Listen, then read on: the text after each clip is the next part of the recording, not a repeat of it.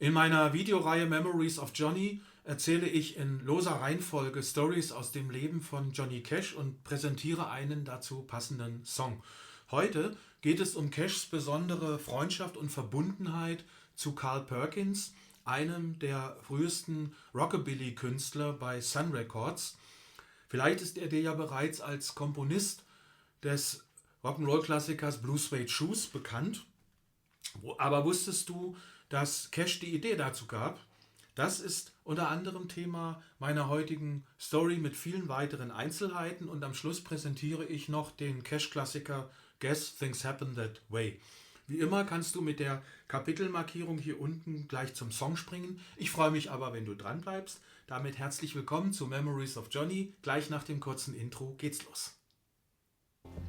Hello, I'm Johnny Cash.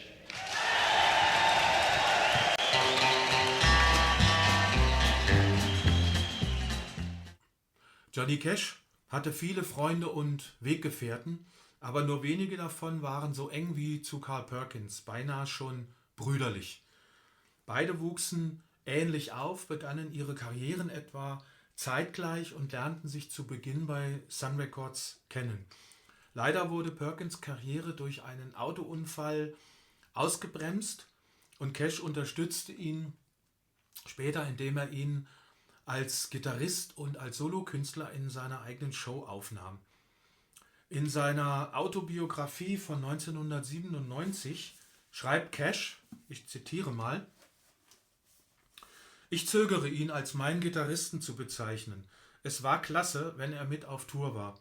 Er war ein hervorragender Opening Act. Aber mir war nie ganz wohl dabei, ihn hinter mir auf der Bühne zu haben, buchstäblich in meinem Schatten. Er ist immerhin Carl Perkins. Ich kenne mich in dem Bereich nicht genügend aus, um beurteilen zu können, ob Musikhistoriker und Rock'n'Roll-Fans Carl heute den Stellenwert einräumen, den er verdient. Aber wenn er in 100 Jahren nicht als großer Meister und Vorreiter anerkannt wird, dann hat irgendjemand ganz schön Mist gebaut. Zitat Ende. Jetzt erstmal der Reihe nach. Carl Perkins wurde am 9. April 1932 geboren, also etwa 1,5 Monate nach Cash. Wie Cash wuchs auch Perkins auf einer Baumwollfarm auf. Sie kannten beide die harte Arbeit und auch die Armut.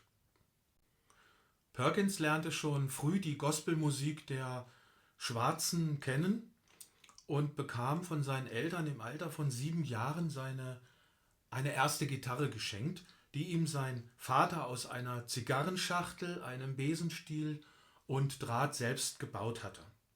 Wie ich in meinen Videos zu Cashs Kindheit bereits auch schon ab und zu mal erwähnt habe, waren es bei Cash die Gospel-Songs seiner Mutter und die in der Kirche und natürlich auch im Wesentlichen das batteriebetriebene Radio auf der Farm seiner Eltern, um die ganze Musikwelt auf diese Weise kennenzulernen. Cash verließ die Farm 1950 und ging für 4 Jahre zur Armee. In dem Jahr zog die Familie Perkins mit ihren 3 Söhnen nach Jackson in Tennessee um. Hier gründete Carl Perkins mit seinen Brüdern Jay und Clayton eine erste Band. 1953 kam der Drummer W.S. Holland noch dazu, der später, also ab 1960, der Drummer von Johnny Cash wurde und zusammen mit Marshall Grant und Luther Perkins dann sich die Tennessee Three nannten. Übrigens an dieser Stelle der Hinweis: Luther Perkins und Carl Perkins sind nicht miteinander verwandt. Am 4. Juli 1954 wurde Cash bei der Armee ehrenvoll entlassen und kehrte nach Hause zurück. Auch dazu schau gerne für mehr Details nochmal einige Videos, die ich dazu schon produziert habe. Im Januar 1955 unterschrieb Perkins seinen Vertrag bei Sun Records und zu dieser Zeit lernten er und Cash sich kennen. Perkins' erste Single war wohl nur mäßig erfolgreich, aber Sam Phillips glaubte an ihn und wollte ihn mit dem richtigen Song, der noch gefunden werden musste, zum Rockabilly-Star aufbauen. Cashs erste Single erschien im Juni 1955 und schoss regional gleich auf Platz 1. Im Dezember diesen Jahres waren beide auf einer Konzertreise, unter anderem zusammen mit Elvis.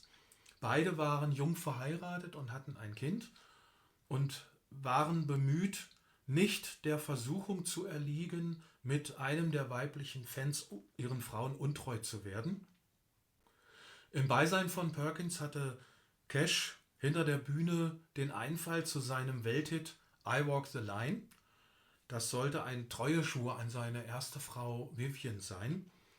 Er wollte den Song Because You're Mine nennen und Perkins schlug ihm aber vor, den Song I Walk the Line zu nennen. Im Gegenzug erzählte Cash ihm eine Geschichte aus seiner Armeezeit. Da gab es nämlich einen Stabsfeldwebel, der mit Cash befreundet war. Der hieß C.V. White, also C.V. White. Und der liebte es, sich, wenn Ausgang war, besonders schick anzuziehen. Vor allem legte er Wert auf seine sauberen Schuhe und sagte dann gerne, Don't step on my blue suede shoes. Also tritt mir bloß nicht auf meine blauen Wildlederschuhe. Cash hat Perkins vorgeschlagen, daraus einen Song zu machen und nach anfänglichem Zögern hat Perkins in ungefähr 15 Minuten diesen Titel Blue Suede Shoes geschrieben und er katapultierte ihn sofort an die Spitze, als die Single im Januar 1956 erschienen ist. Leider bekam Perkins keine Chance, seine Karriere so steil fortzusetzen, denn bereits etwa 2 Monate später kam es auf dem Weg zu einer TV-Show-Probe zu einem Autounfall, an dem übrigens meines Wissens nach kein Alkohol oder sowas schuld war, ist einfach dumm gelaufen, das passiert. Er und seine beiden Brüder wurden schwer verletzt. Karl erholte sich zwar bald wieder, aber er konnte den Anschluss an seine Karriere nicht mehr aufholen. Sein Bruder Jay ist im Jahr 1958 an den Spätfolgen dieses Unfalls gestorben. Das brachte Karl und Johnny sogar noch näher zusammen, denn auch Cash hat im Jahr 1944 seinen Bruder Jack bei einem Unfall verloren. Aus Frust darüber und wohl auch Frust über den mangelnden Erfolg fing Perkins an, Alkohol zu trinken. Auch Cash geriet ja ab 1957 in die Drogenfalle.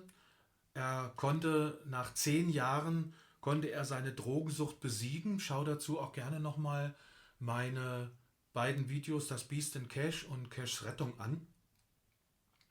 Er forderte Perkins auf, seine Sucht ebenfalls zu beenden, was ihm auch gelungen ist. Perkins war Ende 1956 auch an dieser legendären Million-Dollar-Quartet-Session gemeinsam mit Elvis, Jerry Lee Lewis und Johnny Cash bei Sun Records im Studio beteiligt, zu der ich in meinem Elvis-Video vor kurzem bereits detailliert erzählt habe. Wegen der ausbleibenden Erfolge wurde Perkins für einige Jahre, so bis 1975, Mitglied in der Cash-Truppe und er unterstützte als Gitarrist und konnte solo auch seine größten Erfolge dort in jeder Show präsentieren. So war Perkins zum Beispiel auch beteiligt an den beiden Gefängniskonzerten in Folsom Prison und St. Quentin und auch an einem sehr gelungenen Live-Konzert im Madison Square Garden Ende 1969. Er schrieb für Cash den autobiografischen Song Daddy Sang Bass über die Hausmusik auf den Baumwollfarmen ihrer Kindheit, der fortan fest zu Cashs Repertoire gehörte.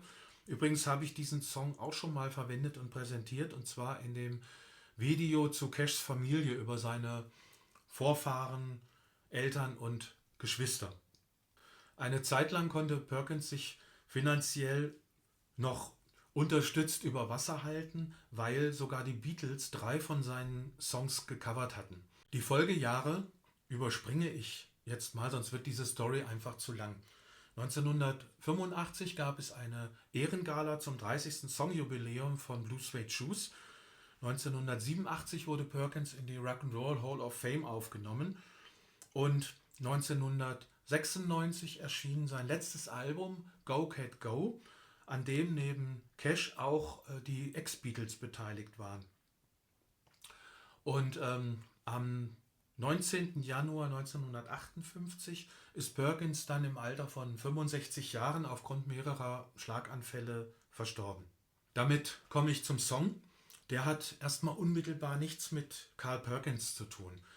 Aber ich habe ihn aus zwei Gründen gewählt. Erstens finde ich die Textzeile passend. I don't like it, but I guess things happen that way. Also übersetzt, ich mag es nicht, aber manchmal passieren Dinge auf diese Weise. Und zweitens ist der Song bei einer der letzten Sessions für Columbia aufgenommen worden. Und zu dieser Zeit hatte Cash bereits seinen Vertrag bei Columbia unterschrieben. Und es war kurz vor dem Wechsel Ende 1958. Perkins war wenige Monate vorher auch schon zu Columbia gewechselt. Sam Phillips, der Chef von Sun Records, war, ich sag mal, nicht amüsiert über diesen Wechsel. Und er hat Cash schriftlich aufgefordert, seinen Vertrag noch bis zum Ende zu erfüllen. So ist dann auch diese Session im März 1958 entstanden. Cash wollte allerdings sein eigenes Material so gut wie möglich für Columbia zurückhalten und so nahm er überwiegend Coversongs auf oder Songs anderer Komponisten. Dazu gehört der heutige Song Guess Things Happen That Way. Den hat nämlich sein damaliger Produzent bei Sun Records geschrieben, der hieß Jack Clement, übrigens auch später ein enger und langjähriger Freund von Cash geblieben. Wir haben auch noch viele Sachen zusammengearbeitet. Ich muss mal recherchieren, vielleicht ist es auch eines Tages mal eine Story wert. Ich werde mal schauen. Für die damalige Zeit ein ungewöhnlicher Song, der überhaupt nicht nach Cash klang und auch überhaupt nicht nach Boom Chicka Boom klang. Dafür gab es einen Hintergrundchor und zwischendurch dieses Badum Badum, Badum Badum. Aber wie es so ist, trotzdem war dieser Song einer der erfolgreichsten von Cash zu dieser Zeit. In den US Hot Country Charts erreichte der Platz 1 und in den US Billboard Top 100 sogar Platz 11. Und so klingt er.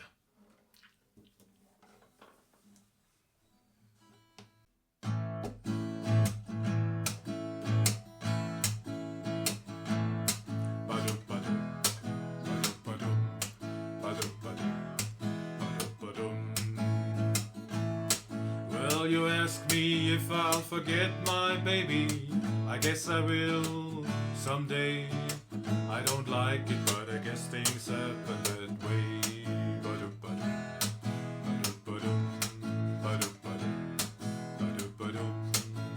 You ask me if I'll get along. I guess I will some way. I don't like it, but I guess things happen that way.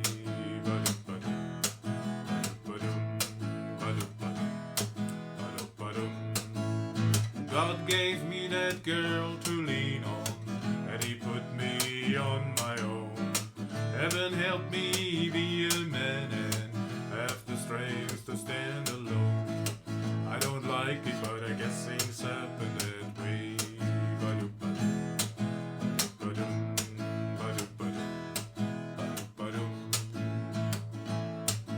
Well, you ask me if I'll miss her kisses. I guess I will every day. I don't like it, but I guess things happen that way.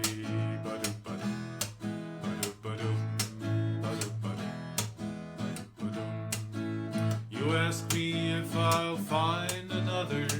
I don't know, I can say. I don't like it, but I guess things happen that way.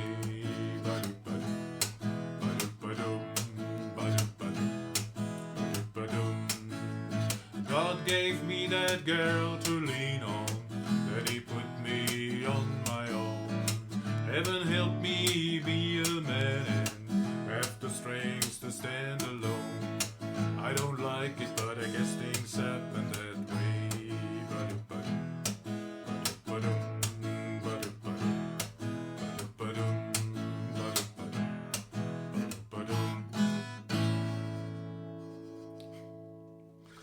So, ich hoffe, es hat euch gefallen und wir sehen uns in meiner nächsten Folge wieder.